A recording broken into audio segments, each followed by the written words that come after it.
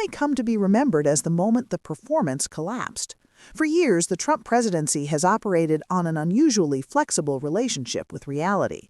Claims once made became facts through repetition. Markets responded to confidence. Allies tolerated exaggeration. Critics were dismissed as hostile. The system held. Until Thursday.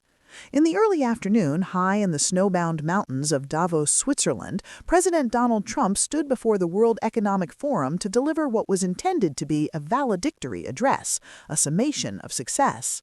At precisely the same moment, thousands of kilometers away, events were unfolding that directly contradicted almost every claim he was making. This was not a policy failure nor a single scandal. It was something rarer and potentially more consequential, a public synchronized collapse of narrative and reality playing out live before the world's political and financial elite. The speech was scheduled for the closing keynote, traditionally reserved for leaders whose authority is beyond question. The setting mattered. Davos is not a rally. It is not a parliament. It is a market of credibility. Applause here is not ideological. It is conditional. President Trump arrived determined to reassert control of the story, the red tie, the deliberate pace, the familiar gestures. According to aides, the objective was clear: to convince global investors that the United States remained the safest, strongest destination for capital. The opening claim was meant to signal dominance. "My friends," he said, "we have secured the Arctic. The deal with Denmark is done. It is the greatest real estate deal since the Louisiana Purchase." There was no applause. What followed was unprecedented. Seated in the front row was the Danish Prime Minister, Mette Frederiksen. She did not interrupt. She did not respond verbally. Instead, she gathered her papers, stood, and turned her back to the podium. Within seconds, senior representatives from Germany, France, and the European Commission followed. One by one, the European delegation, representing the world's largest single market, walked out. The cameras stayed fixed on the stage. The president hesitated. His eyes moved from the teleprompter to the exits. "Some people," he said, attempting levity, "has planes to catch." They did not. Within minutes, a joint European statement appeared on financial terminals across the hall.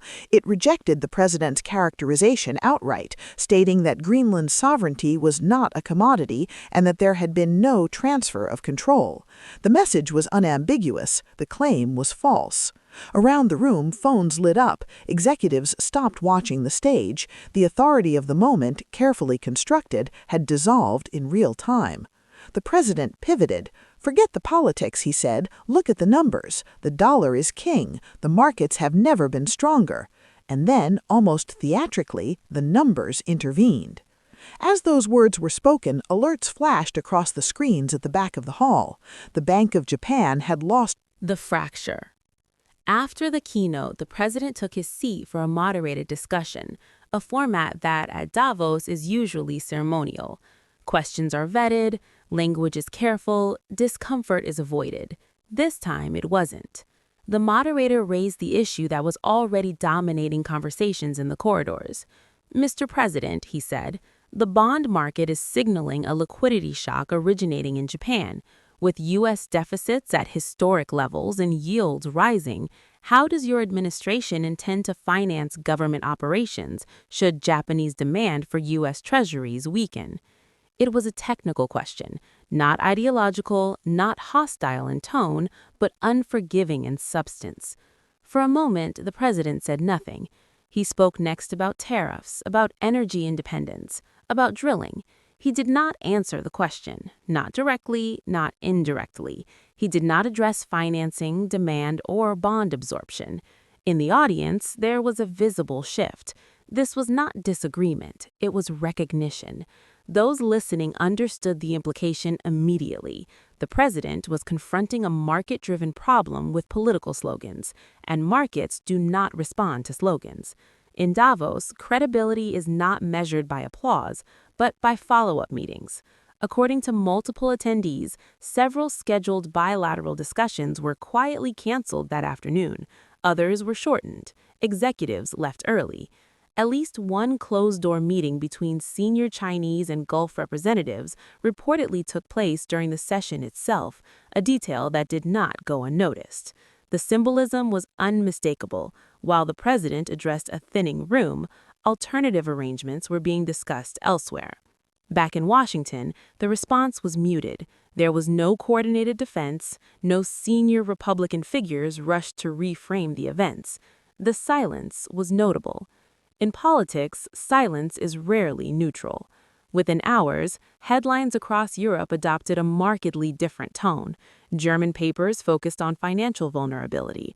British outlets highlighted diplomatic isolation. French commentary spoke of instability rather than strength. This was not outrage, it was reassessment.